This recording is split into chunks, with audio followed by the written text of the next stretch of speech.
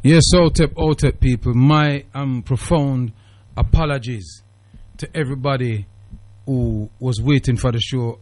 I'll explain to you, but let me just give the greetings that I normally give. Akwaba, I greet in the name of the creating force of the universe, the omnipotent being that which is greater than ourselves, who has many names. Timaji Laro, Kutu Kutu, Mudupe Laro, Fun, Olodumare, Nkulukulu, Kwame Blaforshe, Mungo, Amanra, Ja, Onyeme, Jinyame, Ashe, Akwaba and people, and let me just apologize to all the listeners that was awaiting the show. I apologize profusely.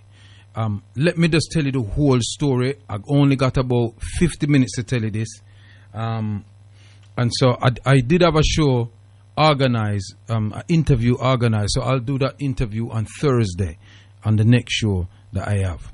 So you're in tune to the Nubian Forum People's Talk Show, live here on GalaxyAfiwe.com, the only de-brainwashing station in a this nation. See? And you're in tune to the Prophet, Kwaku, Muduti, Sakara, Pianki, Imhotep, Bonso. See? So, hear the story now. You know, I do there's several professions that I engage in, and one of them is painting and decorating, and I'm decorating somebody's house. And I was about to finish it yesterday, but I got a phone call from a missus telling me that my son had been arrested. And so I have to drop tools and I have to rush down, go meet her, and we have to go down at the police station. So today now, I got to finish the job. But I tell you, got you people, so when we doing this painting, it's quite therapeutic. I love it. I love doing it. And so I get consumed in the job that I'm doing. So I was so consumed in the job that I'm doing, I forget say I have the show I do. Me forget time. You understand me I say?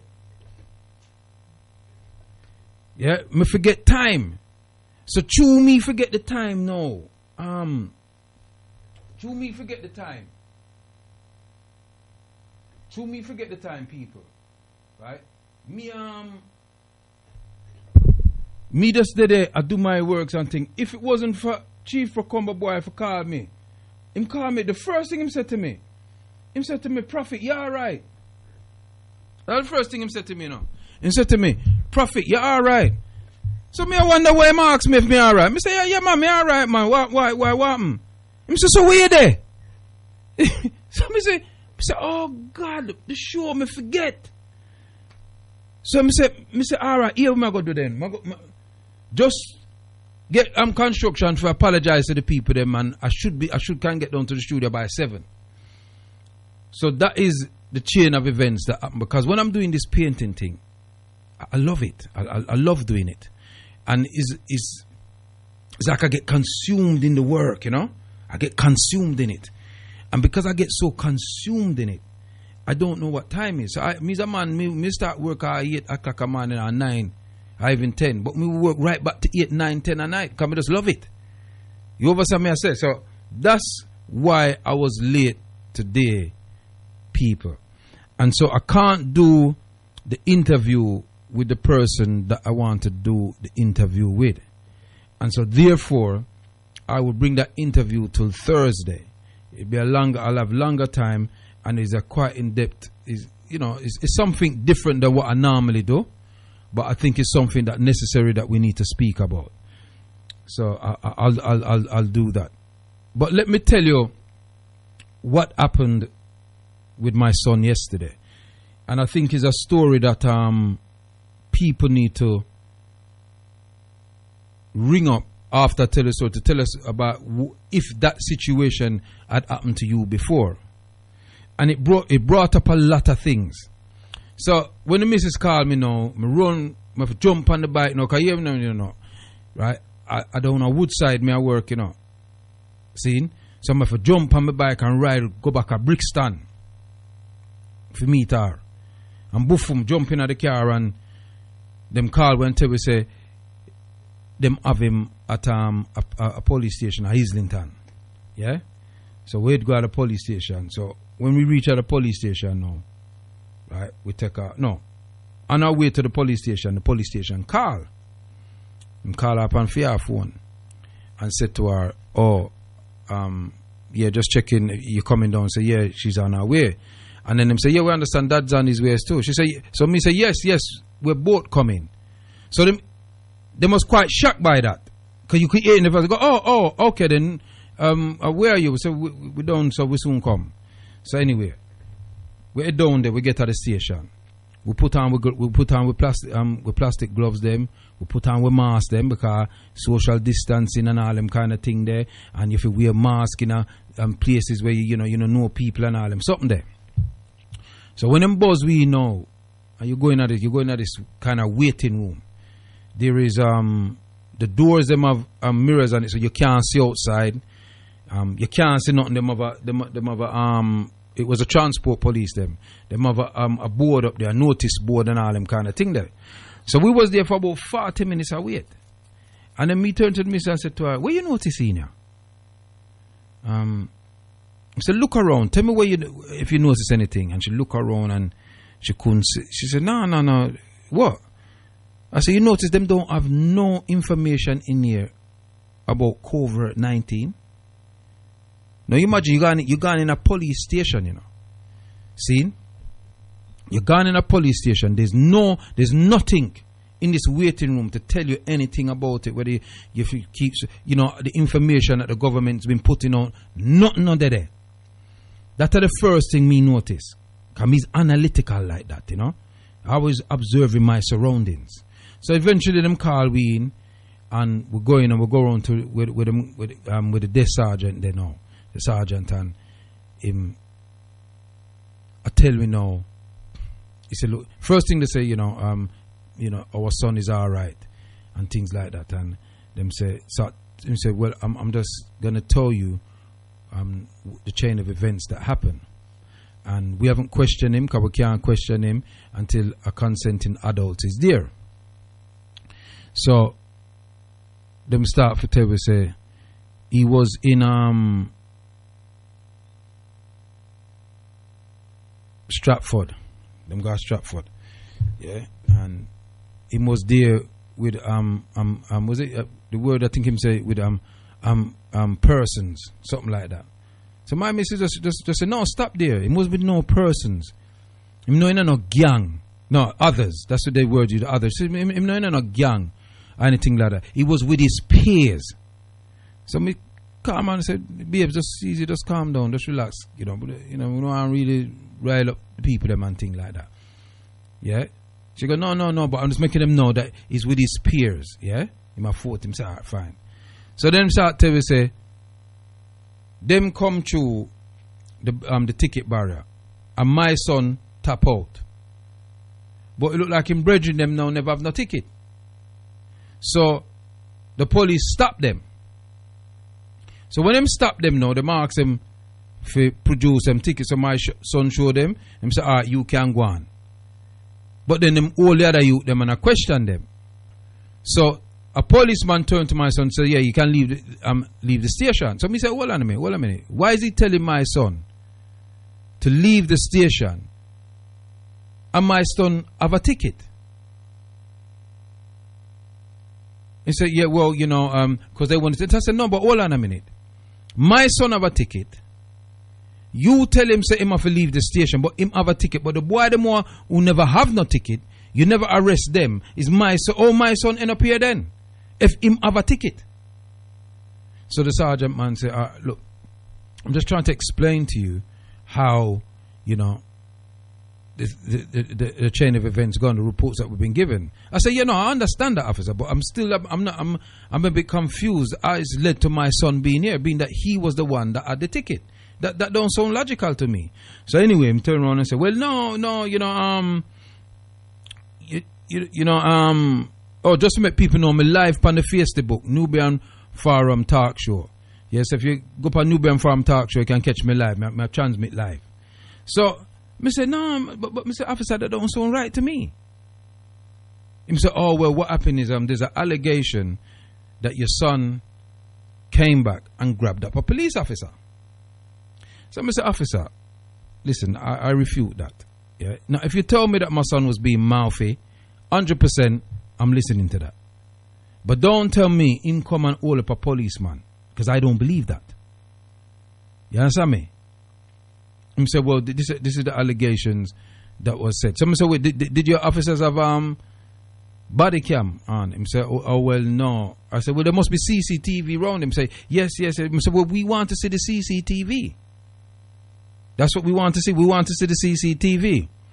So I'm saying, yeah, all right then. But all I'm doing is just letting you know, his rights and all them things there, and what his rights is, and this and that, and so that we do everything by the law. And I said, yeah, but I said, I know that, and I hear what you're saying. But my son had a ticket. So why was the policeman telling him to leave the station, and he had a valid ticket? He had paid for the right to be in that station. So you can't tell him to leave like that. You know, that's not democracy. It sounds like some dictatorship you're going with. So anyway, he goes, well, I said, so he said, no, well, my son came back and the man told him to leave. And then my son grabbed the man and tell him for F off and all them thing there. Right? This is what I'm saying, that happened. So anyway, in Guan, he goes, but there's going to be an interview, and in that interview, the officers will ask, they will explain what happened and all the rest of it. So, this are the thing now people want to listen to carefully. The next thing that the man said to us, him say, oh yes, and we'll be taking his picture, his fingerprint, and his DNA. Now all the time me have my hand them crossing them, and me just drop my hand and said no. Me say no. I said listen, Me said there's no way you're getting my son's DNA. That is not happening. My son hasn't committed a crime. It's an allegation. He had a valid ticket, and the reason for why you stop him, is not the reason why he's here. And the people them that committed the offense, because there's two things, there's offense and there's a crime. It's not a crime, it's an offense. The one them that commit the offense, them not there. So that's not happening. So I said, well, the law says that this is what we have to do, I'm not trying to be, he was quite respectful when he spoke to us, I must admit that. Yeah, but he was trying to just push the law upon me. So I said, show me in the legislations wait say that you can take a 14-year-old boy off the street who hasn't committed a crime and just take him DNA like that and give him picture and thing like he's a criminal. He's not a criminal. He hasn't committed a crime. You understand what I say? So at that point then now, he goes, well, it says on the court. I said, no, print it off for me. So he print it off. So I gave it to the missus. She start reading through it. And then me call. Grant. And me tell Carl what I go on. And Carl said to me, well, as far as him know, Kwaku, him know that them can't force if you take him. So that's all me need for no call. Me call you back. Yeah? So me go back to the police. So the missus looked upon the thing. She said, look, in the air it says maybe. That means you have a choice. You understand what I'm saying? We have a choice. So you're not taking our son DNA. So me just tell the policeman straight, I said, listen, officer, I'm gonna tell you this and make it very plain. No man I put them on for my son and take no picture, no fingerprint, no DNA. All this time, there was a black brother that was over to the right of us. He was in a little room, probably like where they make tea. And he might look, he might turn on, he might look to see what I go on, Yeah, like him working at the police station too. And he might watch, it's like he might watch keenly what I go on and thing, Somebody said to him, listen, man, officer, I'm telling you straight, no man I put them on my son, and take nothing, Because if you insist on that, things might just get messy in here, and then it might end up take my DNA. And somebody just tell me, look upon him and tell him that. And then him He goes, all right, I'll tell you what we can do. Let's just get your son here so you can talk to him and then sit down in the interview room and we'll come back to that. So that was that part there, yeah? So when my son come out now and things like that, me see him and, you know, the policeman of these things, because, well, I've read all your rights and you can sign, he can just sign this thing to say, this is right. So I said, my son ain't signing nothing. Yeah, but it's only just to say that, you know, we've read him his rights, he knows what his rights is, we've offered, and then that's the next thing that they was doing. They was pushing the duty solicitor on us. Right, but I've had experience with duty solicitors from as a youth, and my friends has had those experience over the years. So we know that duty solicitors are just police solicitors. That's what they are. Yeah, and me never need none of them for talk for me and my missus in there. We never need nobody for do that. So anyway, what happened is now, we said we don't want no solicitor and him not signing nothing. Yeah, so that was it. Anyway, eventually now this other policeman come, and he was quite helpful actually. I've got to tell you the truth and be honest. And he was explaining to us that he wasn't at that there, but then phone, and he was the one that came and picked him up and brought him over there. So he said the other two arresting officer now, they will come in the interview and then we'll interview him and ask him the questions. And what happened is we just need a consenting adult there, right, to let him be aware of that he understand what they're saying and etc. So we say fine.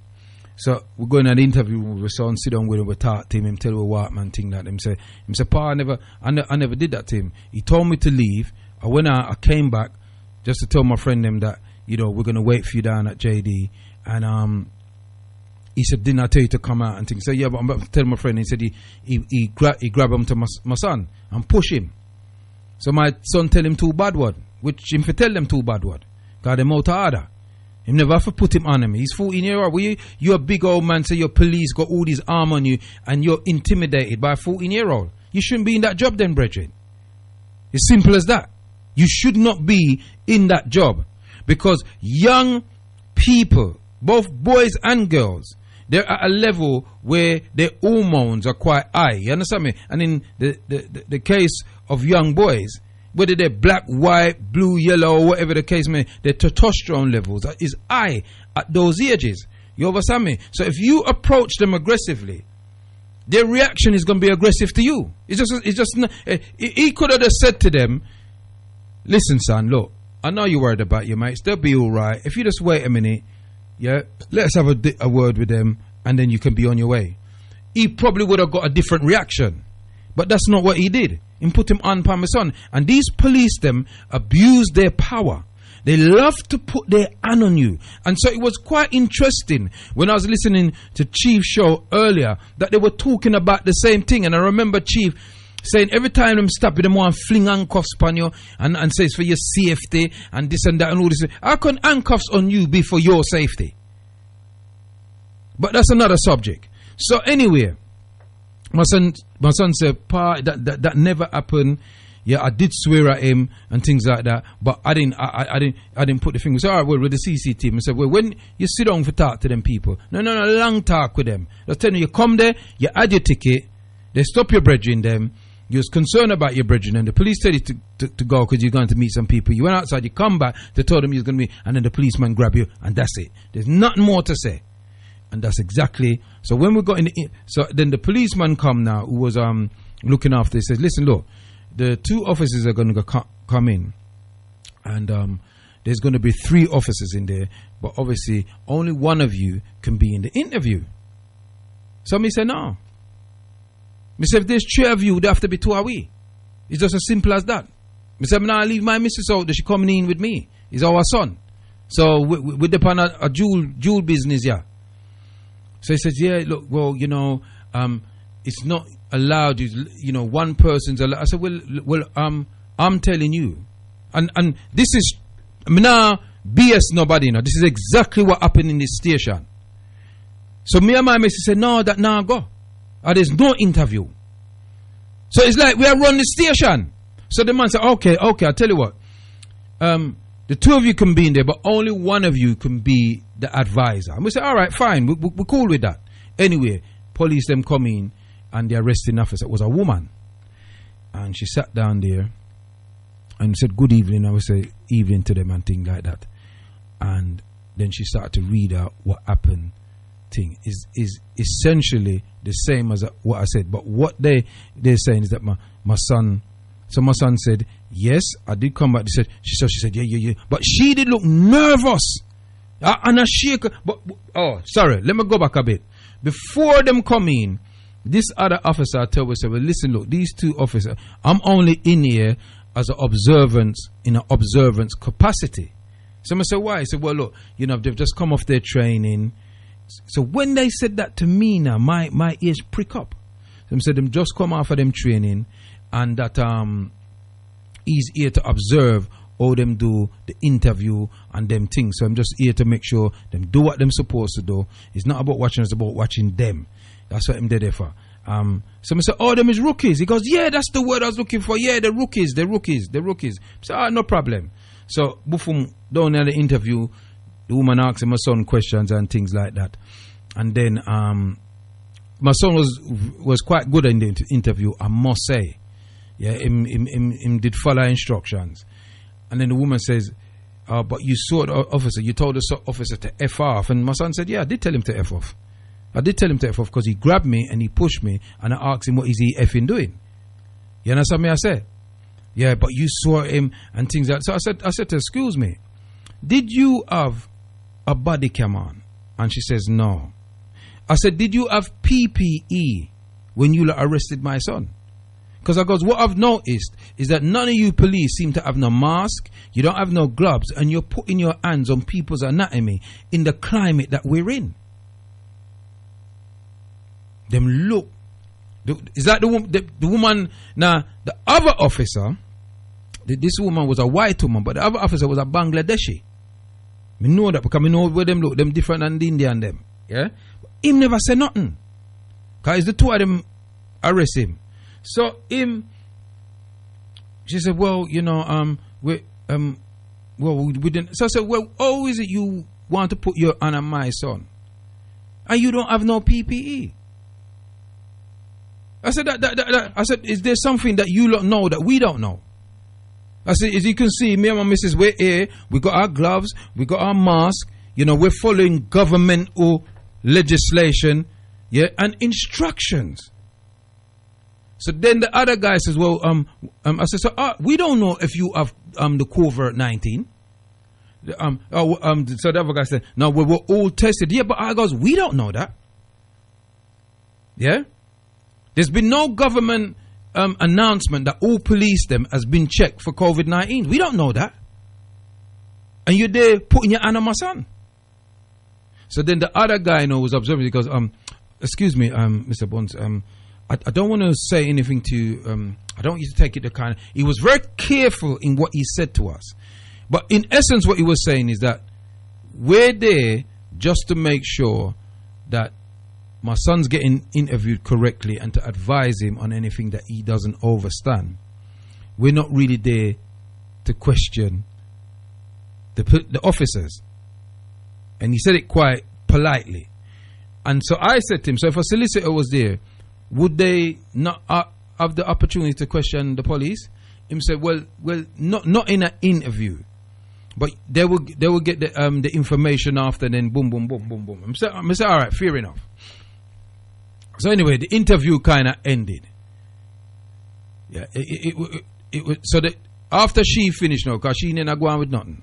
Right, she just started about she started talking about Section 225 of the Public Order Act, where you swear at police and things like that and rate, which to me is a nonsense. Who says swearing is bad? And a brethren of mine commented, who says swearing is bad? Who defines that? If you feel that you've been unjustly dealt with, you can't hit a police because that's assault. You can't spit upon them because that's assault. So the only thing you have your mouth for telling them about them reggae. You understand? And even that, they want to take away from the citizen. You understand what I'm saying? My point of what I'm trying to say to you, before I'll get to that point in a minute.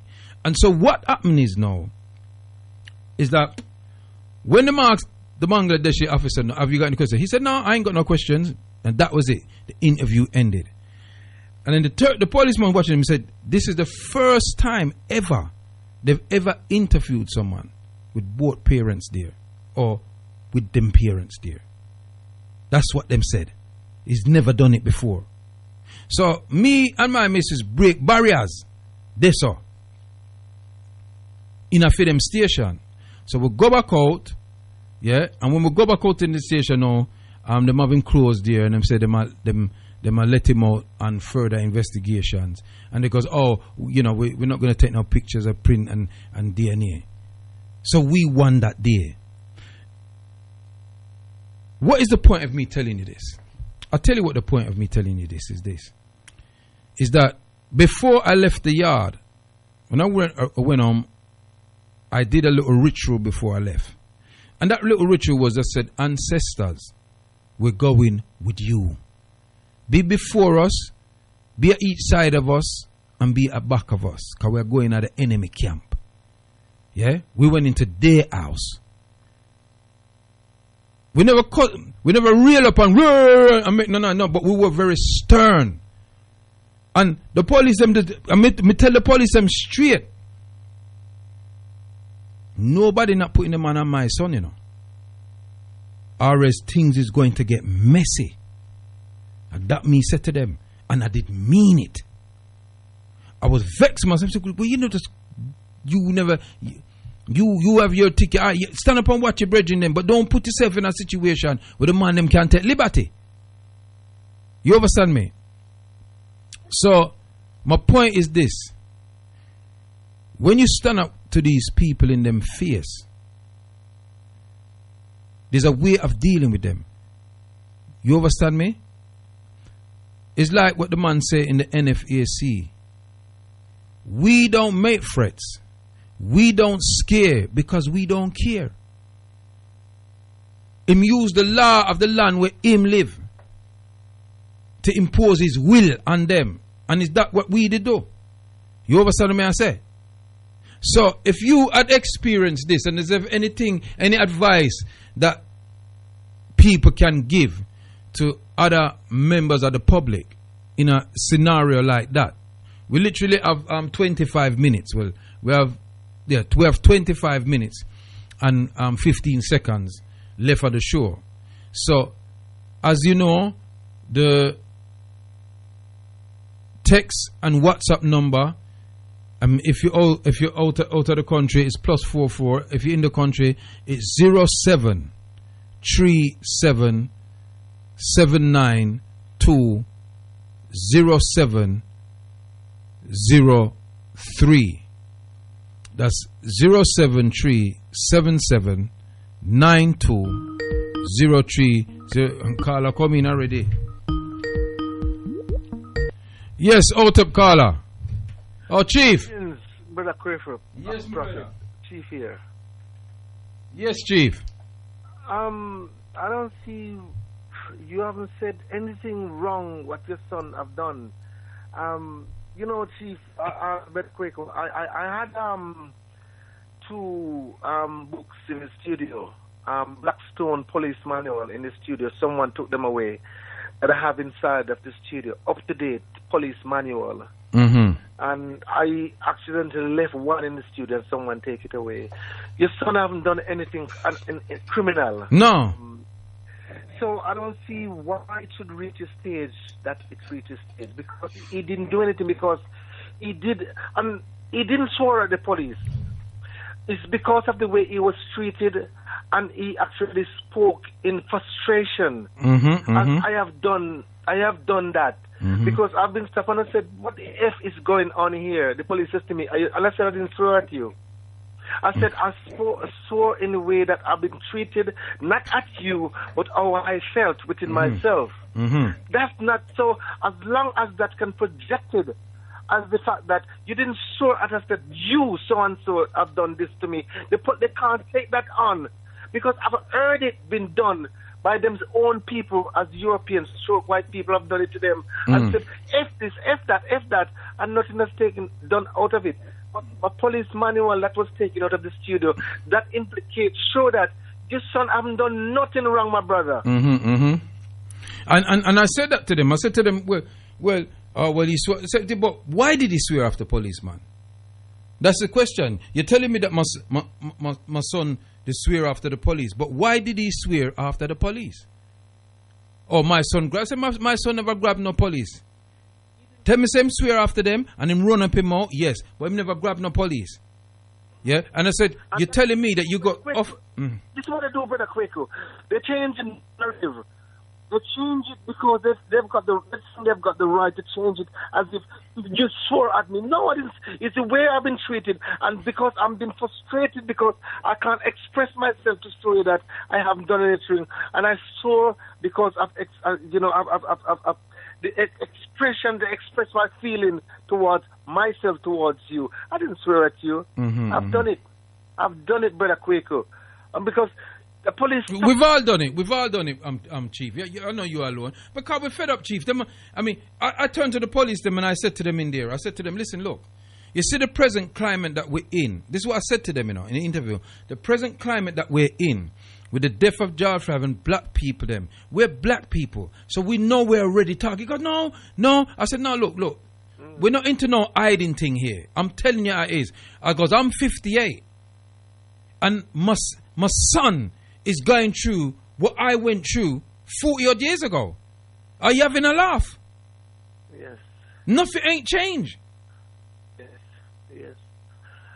And I'm by the way, I'm saying to my presenters and anyone who comes to my presenters in Galaxy and take my police manual, bring it back. Because this is a very important book.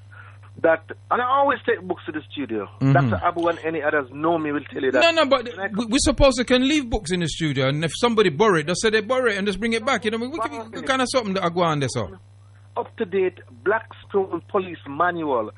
I've got two of them. I've got 2003 and I've got 2020. I'm sure that if you go on the government website, you probably can see all them something there, innit?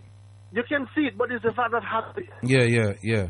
And I had it in print because of the books. I had it, and someone take it away. And that's why sometimes, I had this problem with my workplace. Where I went into, I have my attention. Your phone a crack up, Chief. Yeah. Oh, sorry. Because my place is a hot spot. Yes, I had books where I proved to work where they were being racist, and they photocopy the page that showed them where they've been racist, and because a lot of people cannot explain or express racism, there's one of their own documentation written that I photocopied and showed them by expression. And how I feel they were being racist. But you know what, Chief? Also, Go on. Remember, there's a book that called Ben Coppers, that tells. I've got Ben Coppers right here because Brother O'Malley, when he was on Galaxy, introduced it to our listeners, and I've got Ben Coppers here with me, my brother. Yeah. So you know the thing about we know that they abuse and they these are the people. Yeah, that they abuse their power to abuse. When they stop wealthy white people, they don't abuse their power. No, they don't. Yeah, but when they stop poor white people and people from don't like using that term, but from the ethnic minority, but especially the black community, our people, they abuse. They love to put their hand on you. Them love put them hand on you because they know that you don't like it. And one of the reasons why I brought this to the attention, I wasn't going to do it today, I was going to do it Thursday, because I had a particular interview I wanted to do, but maybe that's the way the ancestors work it, and the interview would be on Thursday. But what has changed from our shackle enslavement? Listen to this. When an African was owned by Europeans in slavery, they weren't always on the plantation. They could be sent by their masters to go to town to get something or something. And when a white person or the militia would stop them and say, boy, because Sodom is a chief big man and think a woman, where you going? Listen to this. Where you going? And they had to produce a note. They say, Master, what's it name? Send me. Send me somewhere. Somebody's calling on the you can't call on the text number. You have to call 0207 193 0174. That's what you have to call, yeah? Ah, God. Otep. You can't call. We are coming upon the text number. You know, you see me, you can't call upon the text number. And the text number this, you can't come through live. You make me laugh. You make me laugh because I've had it even to... Well, I mean, I understand them, Chief. I've had it. I've only got about what 18 minutes to go. So please call. Let me read out the number again so you can get it. 02. I'm gonna leave you. All right, Chief. All right. But we can. I will try to come back and do yeah. Give thanks. All right. 0207 193 0174. What I was trying to explain is to show you. I always like to use history as a means to explain our present circumstances. Yeah. Out up, caller. Brother Carl. Where you say, my brother? Yes. Can I just finish what the point I was trying to make, and then you come in? Yeah, sure. I always try to use our story as history to show what things haven't changed. Now, in the height of our enslavement of our ancestors, when the masters would send members on the plantation to go and get something, maybe lumber, something like that, anything they must send them for, and the white militia them, who was scouting around to make sure Africans don't escape, would stop Africans and say, where you going? Yeah? I'm going to somewhere. Where you live? Who's your master? Oh, my master's blah, blah, blah. What proof do you have? And you have to show them a note. Now, they're stopping our children them in the street. Now, I'm 58. And when I was 14 years old, when they had sus and all them thing there, that's the same thing they used to do to us. Yeah. So what has changed? Nothing ain't changed. So we need to just stand firm on them. I said to my son, his day will come when he has to do his fight. Not yet. You understand what I'm saying to you? But you must stand firm. And I explained to them, I was talking to my grandson, my son and my nephew, and I was explaining to them that, I was explaining to them, all on caller, I was explaining to them that there's a way that you have to operate when these people them stop you. They're expecting you to rail up because they know you're young boys, isn't it? But if you articulate yourself a certain way, they can't deal with you. And this was explained to me. We ain't got much time, so Brother Carl, go on, do your thing. I'm just going to quickly say, well, rise up to yourself anyway, but quickly, swearing at a police officer is not an offence, and it's already been ruled in the courts that it's part of the English language. The only time they can say that, swearing is, they can arrest you for swearing, is if they are claiming it caused alarm and distress.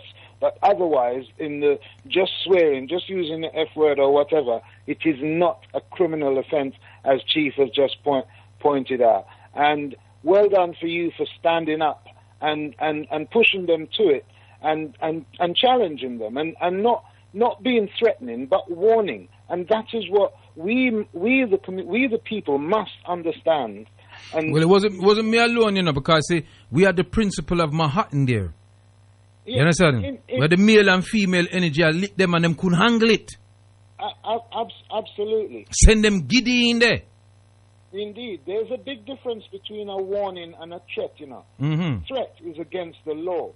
But a warning, everybody is entitled to because I've in court, I have previously said, I'm prepared to kill or die for my children. And anyone who's a threat to that will apply to anyone. When a judge asked me to explain that, I said, Well, of course I'm prepared to, if it's necessary to protect my children, that's what I'm prepared to do. And I said, they may accuse me of threatening, but that's a warning. And that will only be a threat to you if you were a threat to my children.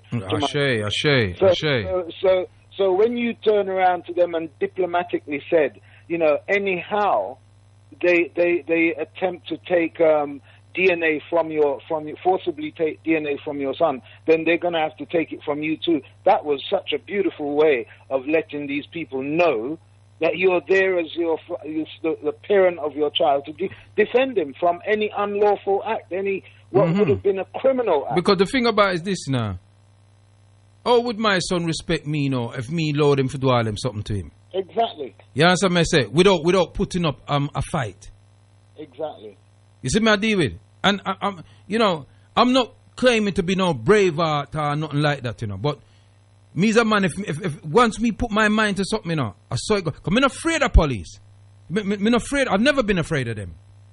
Never. When it comes to our children. Yeah, and when it comes to my family, yeah, me not take no check. There you go. Yeah, you overstand me say, you told me my son was a run-up mouth. He is a run-up mouth. I've had to clap him up 2 times because he thinks he can run up his mouth to me. And take after him father, ain't it? Yeah, well, this is it. You know what I mean? So, but he was in his right to be concerned about him friend them. But equally what I said to my son, you need to know who you're moving with. Because if your brethren them ain't got no money to travel and you got a money, you buy them a ticket.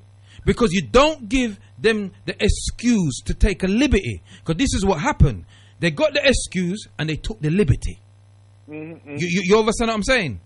Mm-hmm. Yeah? So I had to speak to them about that and make them know, say, you don't do them things because them have the biggest gang in the world, That's right. Yeah, and not unless we are movers, and we're in Britain, so we can't carry gun in Britain. It's illegal. That's right. In America, it's a different argument.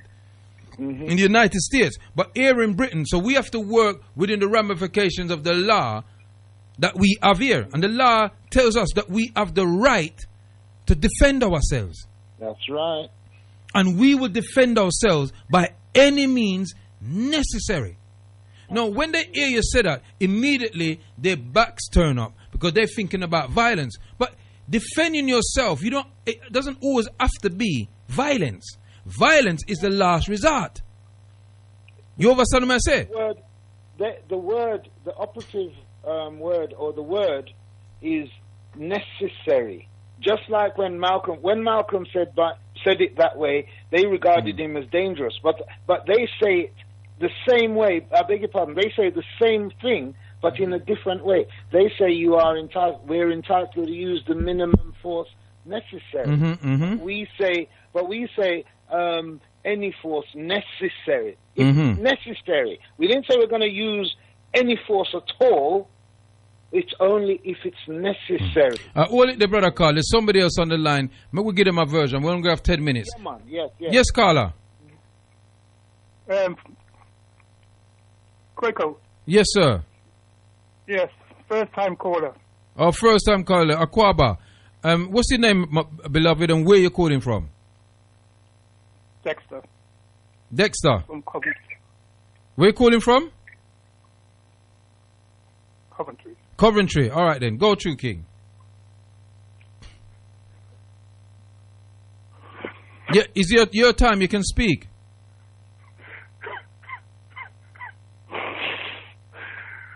Oh, he's crying. Rise up, brother Dexter. Is that the same Dexter who contacted me? Dexter. Yes. Dexter, listen to me. You're talking to family here, yeah? And family's listening. Yeah, so it's not no shame to express your emotion, beloved, yeah? Just take a deep breath, think about the ancestors, and release that energy of communication that you want us to hear. We're here with you, beloved. Go through, my king.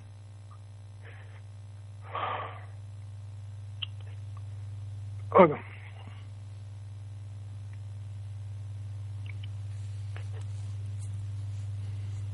That experience you're referring to, I've been through every single one of them. Then I listened to Farrakhan on July the 4th, and he said something that kind of makes sense with me. And what he said was,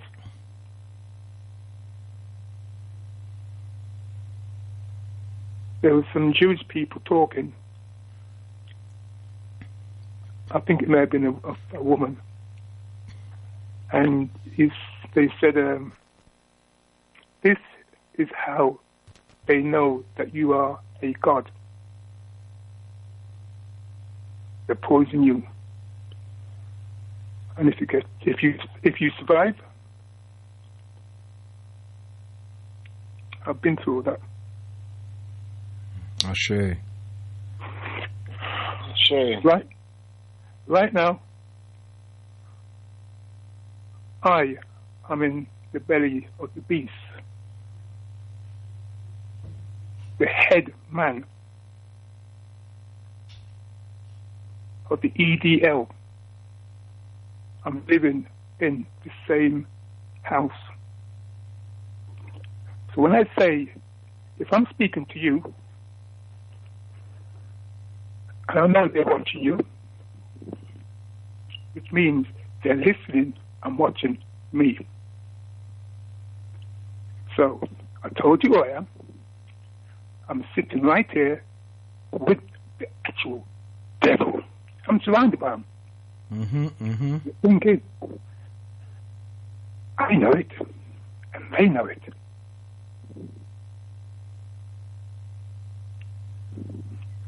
But because they know who I am, because that famous quote, we don't read.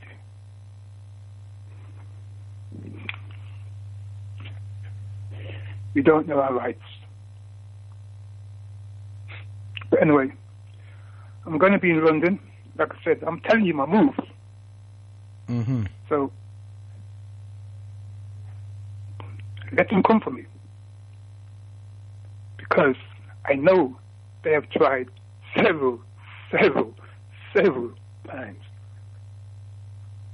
Because when you walk with the ancestors, Ashe.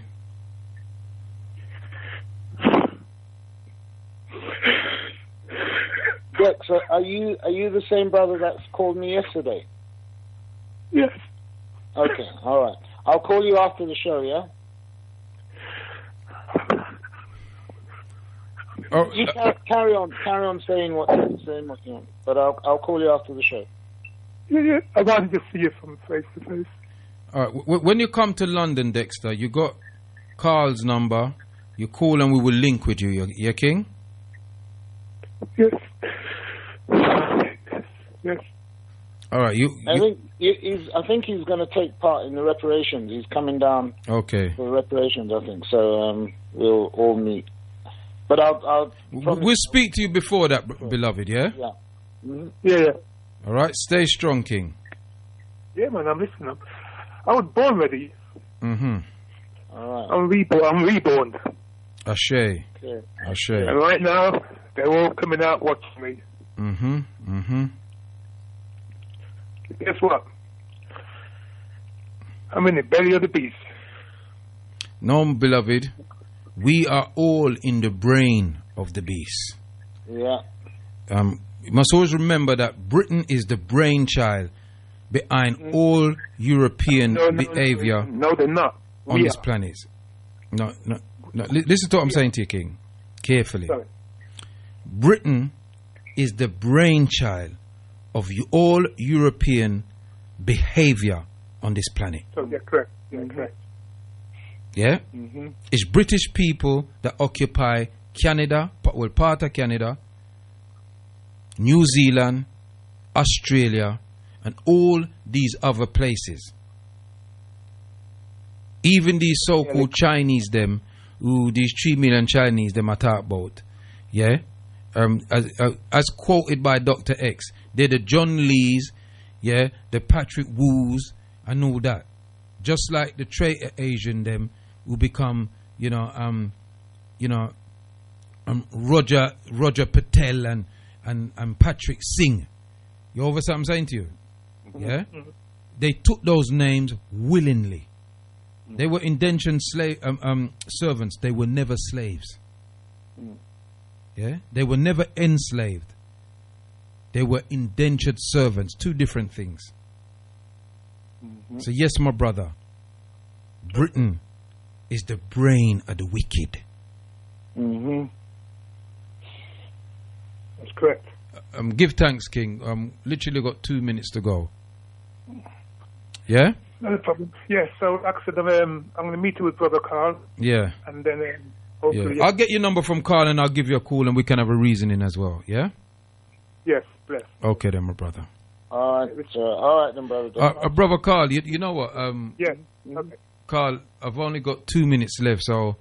I'm going to leave you to it, brother. Yeah, all right, okay. But well done for you. Perfect example. If we stand, we have to stand up and stand firm. We can't buckle and let these people, because them wear a uniform. They have the first obligation to the law before us. And they have to. We are responsible for holding them accountable.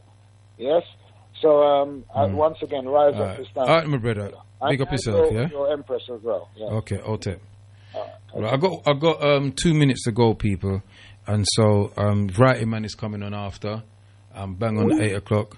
So I can't continue the show. So what I will do, I'll read out the texts, and that will be it. You can catch me black here on Thursday from 9 p.m. I've got a longer time, and so I'll give it time necessary for... I can't take no more calls. I'm sorry.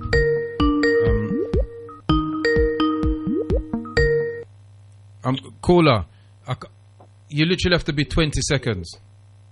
The good news, you got off with a caution or nothing at all, Prophet Kwaku, your son? No, further investigation. Oh, further, okay. I prayed to the ancestors, I Okay. I asked them, everything will go fine, because it happened to me as well. But I know I'm late, sorry about that. Yeah. Sunday, yeah? Yeah. No, Thursday? Yeah, Thursday. Okay. We'll catch you. All right. Yeah, if I just have permission from Variety Man just to read out these few texts before I end the show, I'd love that. Right, the text reads, "Rise up your son, as he didn't abandon his brethren them." Kwaku, you done well. Rise yourself up and your missus.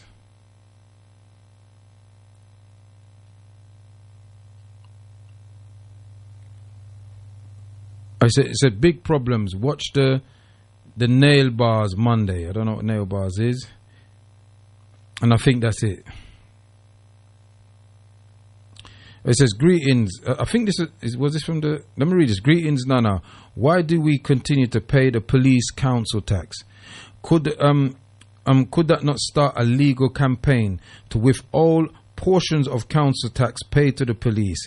In the USA, they are talking about diverting police funds to the community. That's a very good text.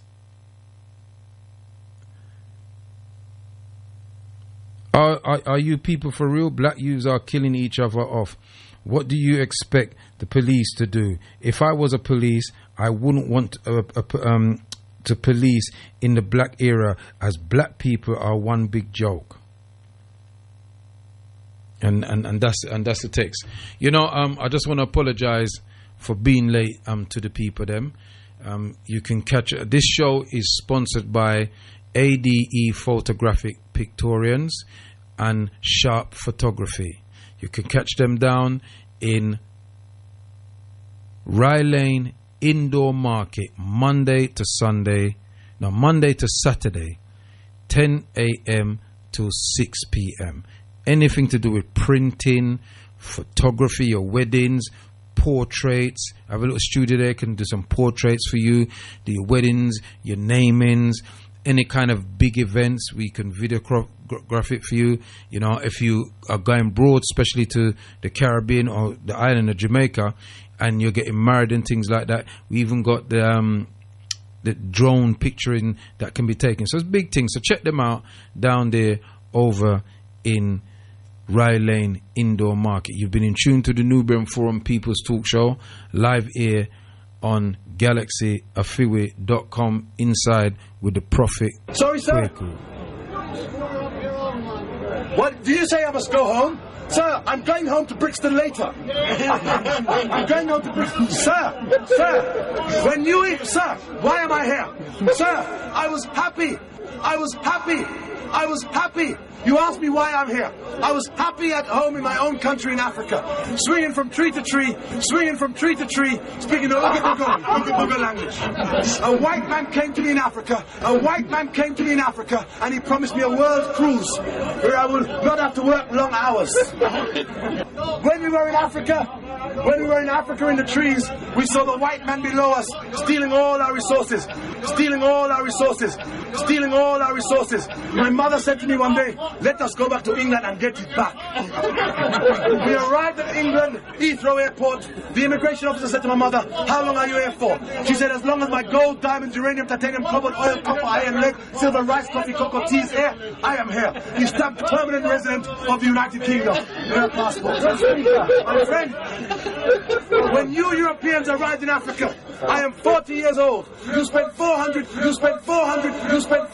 years in Africa. I've got 360 years left in this country. And if you don't like it, you can f*** off.